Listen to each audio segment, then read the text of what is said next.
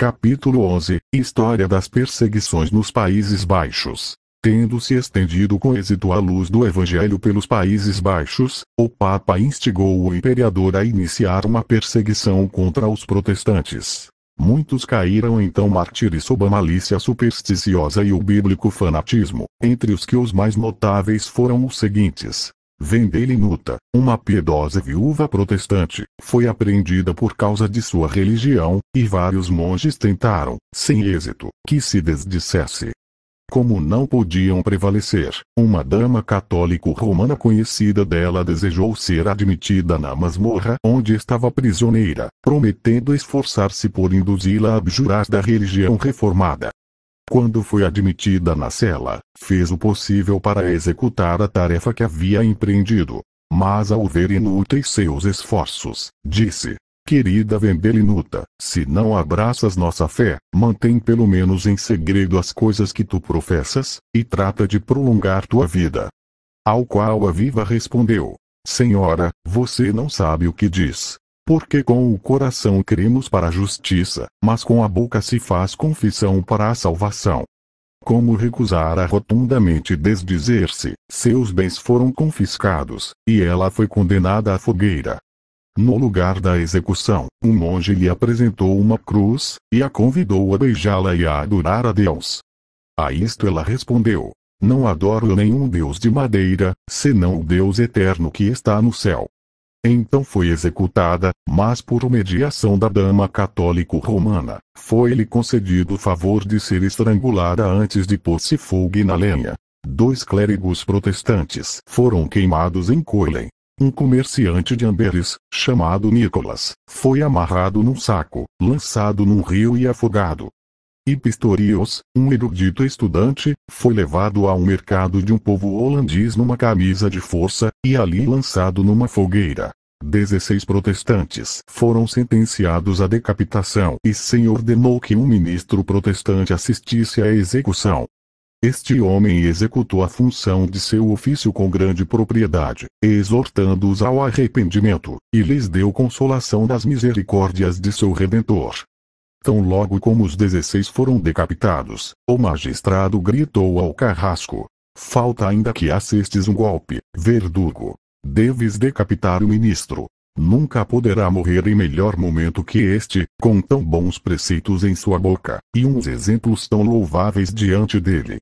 Foi então decapitado, ainda que muitos dos próprios católico-romanos reprovaram então este gesto de crueldade pérfida e desnecessária.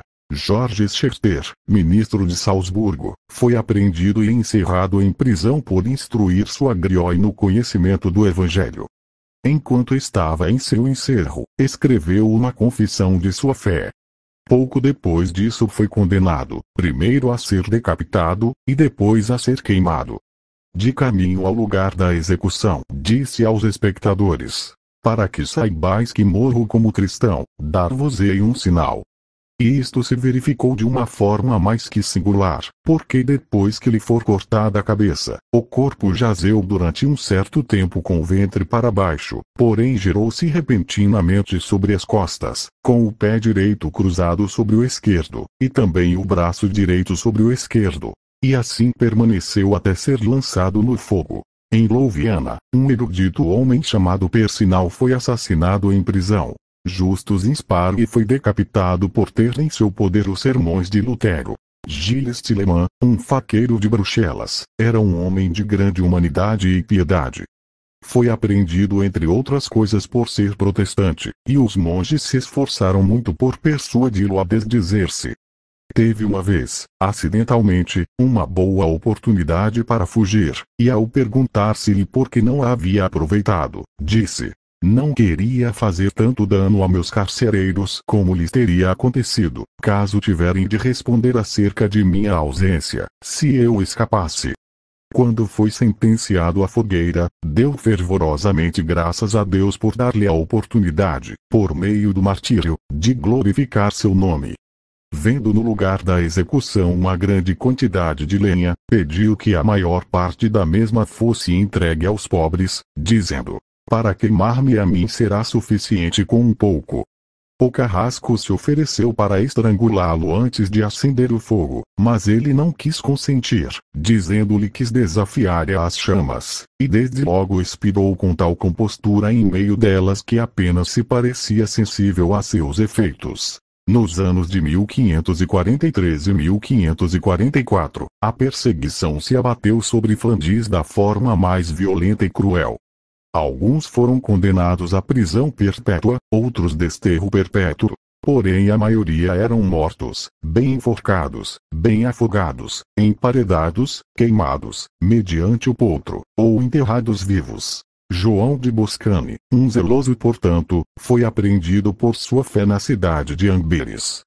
Em seu juízo professou firmemente ser da religião reformada, o qual o levou à sua imediata condena. Mas o magistrado temia executá-lo publicamente, porque era popular devido à sua grande generosidade e quase universalmente querido por sua vida pacífica e piedade exemplar. Decidindo-se uma execução privada, se deu ordem de executá-lo na prisão.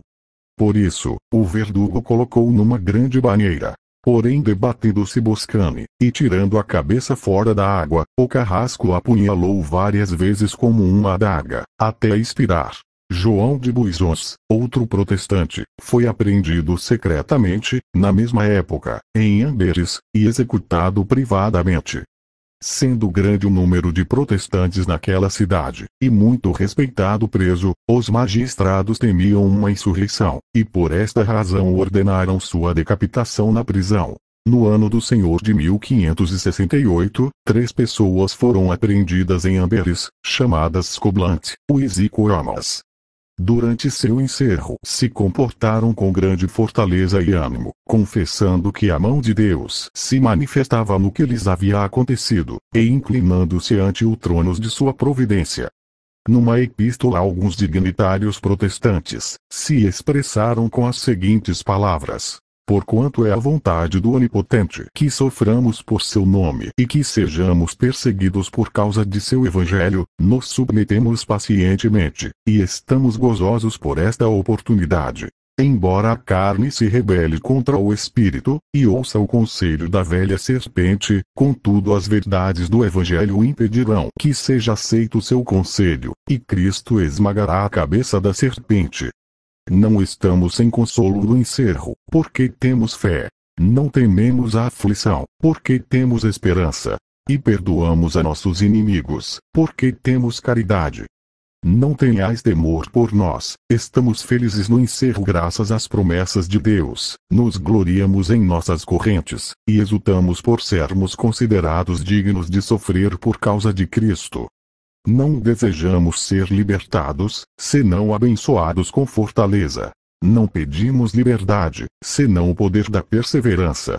E não desejamos mudança alguma em nossa condição, senão aquela que coloque uma coroa de martírio sobre nossas cabeças.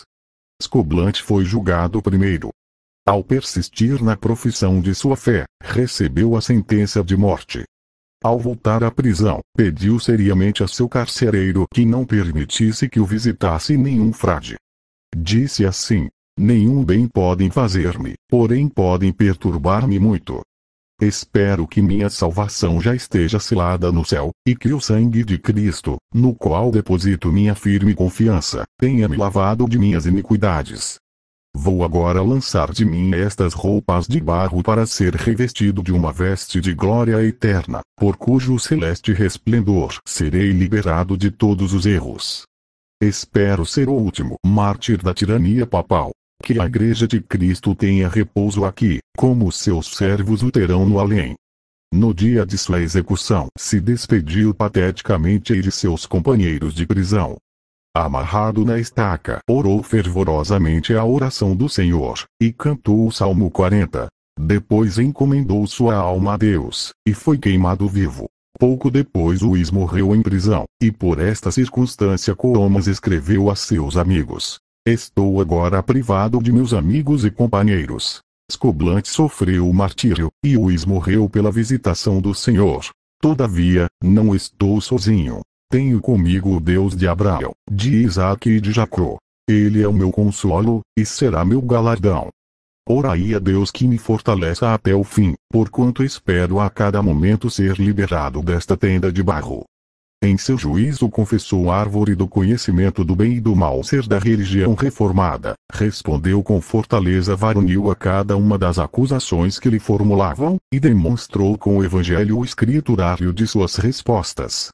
O juiz disse que as únicas alternativas eram a retratação ou a morte, e terminou dizendo: morrerás pela fé que professas?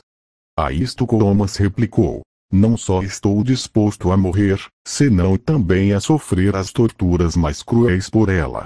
Depois, minha alma receberá sua confirmação de parte do próprio Deus, em meio da glória eterna. Condenado, se dirigiu cheio de ânimo ao lugar da execução, e morreu com a mais corajosa fortaleza e resignação cristã. Guilherme de Nassau caiu vítima da perfídia, assassinado aos 51 anos de idade por Baltazar Gerard, natural do Franco Condado, na província da Borgonha. Este assassino, com a esperança de uma recompensa aqui e no além por matar um inimigo do rei da Espanha e da religião católica, empreendeu a ação de matar o príncipe de Orange. Procurando-se armas de fogo, o vigiou enquanto passavas através do grande vestíbulo de seu palácio para a comida, e lhe pediu um passaporte. A princesa de Orange, vendo que o assassino falava com voz rouca e confusa, perguntou quem era, dizendo que não gostava de seu rosto. O príncipe respondeu que se tratava de alguém que pedia um passaporte, que lhe seria prontamente dado. Nada mais aconteceu antes da comida, porém ao voltar o príncipe e a princesa pelo mesmo vestíbulo, acabada a comida, o assassino, oculto tudo quanto podia atrás de um dos pilares, disparou contra o príncipe, entrando as balas pelo lado esquerdo e penetrando no direito, ferindo em sua trajetória o estômago e órgãos vitais.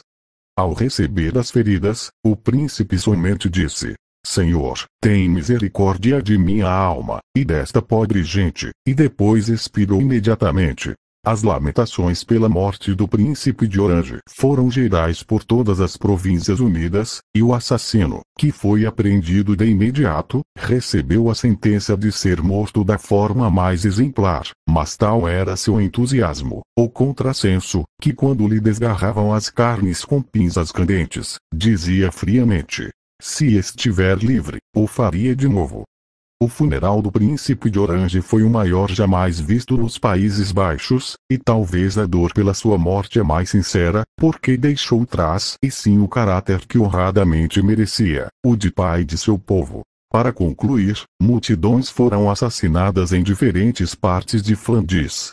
Na cidade de Valence, em particular, 57 dos principais habitantes foram brutalmente mortos no mesmo dia por recusarem abraçar a superstição romanista. E grandes números foram deixados enlanguecer na prisão até morrer pelo insano das masmorras.